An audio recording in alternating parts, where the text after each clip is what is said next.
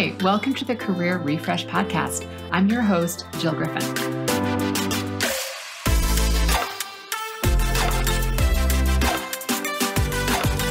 I'm a former media and marketing executive turned career strategist and executive coach. I spent my career working my way up and through the ranks of global organizations and startups, and today I show others how to do the same. Join me each week as we discuss the strategies and actionable steps to leverage your strengths, increase your confidence, and develop your career well-being. Ready? Let's do it.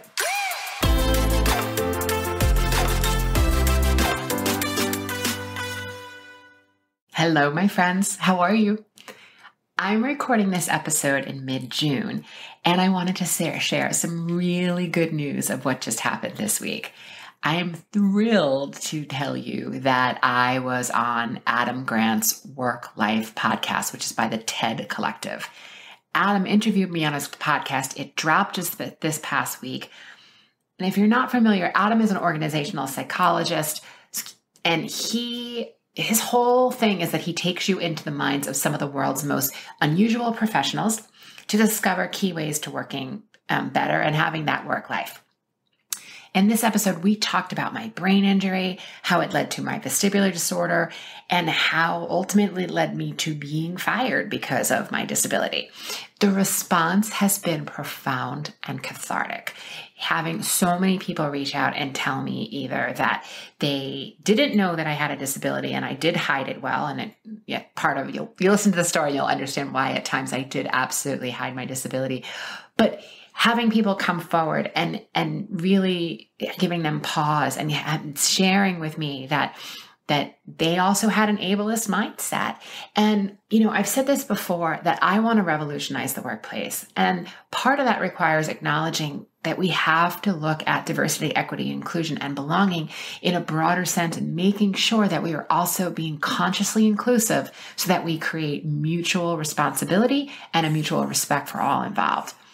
So I'm going to ask you all to listen to this episode, whether you are disabled, whether you lead teams, whether you're just looking to understand your understanding of people and diversity, equity, inclusion, and belonging initiatives. Please give it a listen. I'm going to put the link in the show notes, and definitely reach out to me. Tell me how you find the episode. It starts with me as the first person account. It goes on to a brilliant researcher who is sharing more data. And then in the end, it wraps up with a small business and how they are also thinking about, diversity, inclusion, and disability and invisible disability in a whole new way. We know that racism, sexism, and ableism exists. And if we don't talk about it, we're not going to be able to change it. So again, give it a listen and tell me what you think. Today's episode, I want to talk about decisions. I've spoken about decisions before, and I've told you how a decision is a committed thought with a committed action. But I want to look at decisions in a little bit of a different way today and really think about the mindset and the values that you have as you go into making decisions. If any of you are familiar with the 12 steps and the traditions of AA, there's an idea that there's the first 3 steps, and they're really summarized as, okay, maybe I can't do this. All right, I think I need help. And I'm going to make a decision to actually get help. And that's the idea of making a decision is the declaration or the intent that sets forth the outcome in motion. So I like to think of decisions in a couple of different buckets, right? First, you have sort of operational decisions. And I like to think of this as, this is the operating system. Whether you're an iOS person or an Android person, this is the operating system of you. It's the governing decisions of how you want to run your life. What are the swim lanes in which you're going to play in? And you really think about your operating decisions by getting clear on your values, your beliefs. What are your thoughts about work? What are your thoughts about your strengths? How you're going to show up? How you're going to really build a foundation and getting clear in those decisions. Because the operating decisions, it's really the choosing who you want to be at your core or what you're working for. There's a very coachy expression about future self. And I often think that, if my future self wants to accomplish something, maybe it shouldn't be binging on Netflix every night. Nothing against Netflix, definitely love it. But in order for me to accomplish something, I have to think about my future self. My future self wouldn't be binging on Netflix every night, right? So you're thinking about what are the core decisions that you are making for yourself and how you want to run your life. This is what are your non-negotiables. This could be, again, about, the type of hours you're going to work, the companies that you'll work for or not work for, the work that you're going to do. Operational decisions don't change that often. And it doesn't mean that we always follow them either. It's something that we're striving for because we can obviously be in violation of our own operational decisions. But when we're thinking about operational decisions, a really good question to ask yourself is, what is it that I need to know? And is there anything that I'm pretending not to know? And this really helps us form, how we're letting food in, movement in. What are we thinking about as we're making decisions? And when you're thinking also about how to develop this, the first thing I always say is meditation.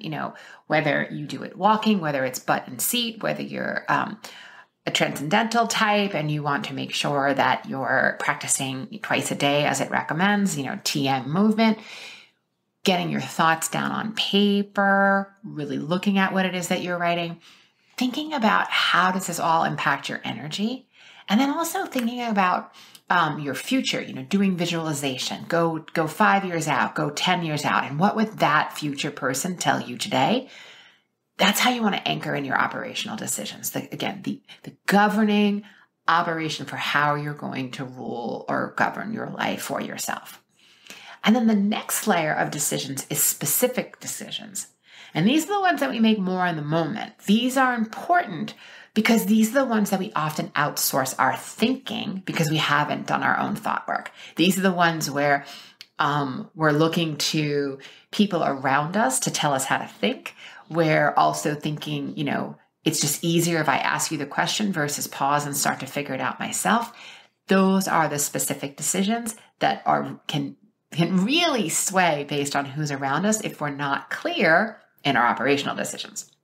So one of the ways you want to think about specific decisions and getting clear with yourself what works is, again, doing thought work. This is putting pen to paper, really writing down what are the thoughts that are bubbling around in there. Some people look at it as a journaling. I kind of, try to keep it to a tight paragraph where I'm able to just sort of write the sentences that are floating around in my head. Another way that you can get clear in sort of the specific decisions in front of you is to think about the 5, 4, 3, 2, 1. What are the 5 things I see? What are the 4 things I hear? What are the 3 things I can touch? What are 2 things I can smell? What's 1 thing I can taste? And it's just a way of really taking a pause when you're running around about your day and coming back to yourself so that you can check in sort of with your internal GPS. Check in and breathe. Another way is thinking to yourself, well, how important is this decision going to be in 2 hours, 2 days, 2 weeks, 2 years? That can also help you make that specific decision. And I find that if you are not a heck yes today, if you're not like, I am all in on this decision, you're probably not going to be a heck yes or a hell yes in 2 months from now. So are you saying yes to something? And then if you're crunched for time, does it suddenly feel stressful? So one of the ways to think about it is if you're a yes today, you'll be a yes in the future. If you're like, I can't handle it today, you probably should say no if you're making that decision. It's probably not the right time for you. And then, is this a decision for you? Is this a decision about pleasing someone else around you? And listen, there is nothing wrong with thinking about pleasing. An example I often give is if you're coming into the airport and you're landing at midnight and it's raining, I don't want you to have to deal with public transportation. I don't want you to be cold. I don't want you to get into a car with a driver late at night. So I don't want to necessarily get out of bed at midnight to go, because I go to bed very early. I don't want to get out of bed at midnight to go pick you up, but I want to because I want to see you. I want to enjoy the ride with you, and I want to make sure you're safe, right? So we're not talking about that kind of, I don't really want to do it, but I'm going to do it because it's good for you. We're talking more about that there's something around my career, my job, the decisions I'm making during the day that I don't want to do this, but I'm doing it because of how I think it'll make you feel or how it'll give me an advantage, right? It feels a little manipulative. That's the kind of decision we're talking about. So is this decision about pleasing someone? Are you going to be resentful in a few weeks? Are you going to be a heat-seeking missile of resentment because you said yes? Also be thinking about that. And then when you're saying yes, does something feel out of alignment or that you're not having agency with yourself? You're saying yes because you don't want to, but you feel guilty or you feel bad. Another way I want you to think about is this the number one priority to you? Or do you want to continue to renegotiate the decision? If you think it's number one and you keep renegotiating this decision and keep thinking this decision is a top priority, but maybe I should do it, maybe I shouldn't do it, should it look like this, should it look like that? I'm going to say you're probably in decision fatigue and you can't think clearly. So you want to find a way again to take a breather, to connecting with yourself, because you don't want to be making that decision from stress, anger, worry, because that's going to show up in the results you're creating. As you're taking action, making a decision and you're stressed, you're angered, or worried, that's absolutely going to show up and feel heavy through your results. And then there's another lens that I like to think about decisions. And one of my mentors calls it scientist, monk, and artist. And I'm sort of drafting off her framework a bit. She doesn't exactly use it in this way. She uses it for something else. But it's a framework that when you're making a decision, what would the scientist inside you do? What questions would they ask? What data would they want? How could they get curious? And how could they be objective and non-judgmental? So checking in with that scientist. And then you want to think about, well, what would the creative or the artist inside of you do? What questions would that person ask? And how might they tap into their genius and find a creative solution? And then lastly, thinking about your inner monk or your inner Buddha, what would that person inside you do? So if you were making a decision, how would it look if you got real quiet, tapped into your inner self and thought through the answer instead of always consulting your usual suspects? So it's the scientist, the artist, and the monk. What would those people be saying to you? And again, I'm borrowing and riffing off of one of my mentors who talks about that, but I find it's a really genius approach for thinking about decision makings. And look, I don't believe in wrong decisions. I think a decision is just one less way. Making a decision, if it doesn't work, it's just one less way it will work. I can always make another decision. I can always pivot. But whenever you make decisions, it's important to really think about the story that you're telling yourself. And what is that story? How do you want to think about it? How do you want to frame it? You making a decision, how are you going to have your own back as you're actually executing on that decision, as people start giving you their opinions on that decision? So really think through, what is the story you want to tell yourself? Telling yourself things like, you know what, I trust myself. I'm really excited about this new experience or this new opportunity and what it might bring. You increase your confidence by making more decisions. So get out there and think about, what is it that you want? Make those decisions, get into action. And most of all, let me know how it goes for you. Okay, friends, I appreciate you so much, and I'll see you next time. Hey, thanks for listening to the Career Refresh podcast. If you're enjoying this and you want more information, go to my website, jillgriffincoaching.com. There you can find information on how to work with me one-on-one, or my group programs, or even bring me into your workplace. I'll put the link to my website in the show notes. But hey, listen, before you go, do me a favor, rate and review this podcast, because it definitely helps me get the word out to people everywhere so that they can also thrive in the workplace. All right, friends, I appreciate you. I'll see you soon.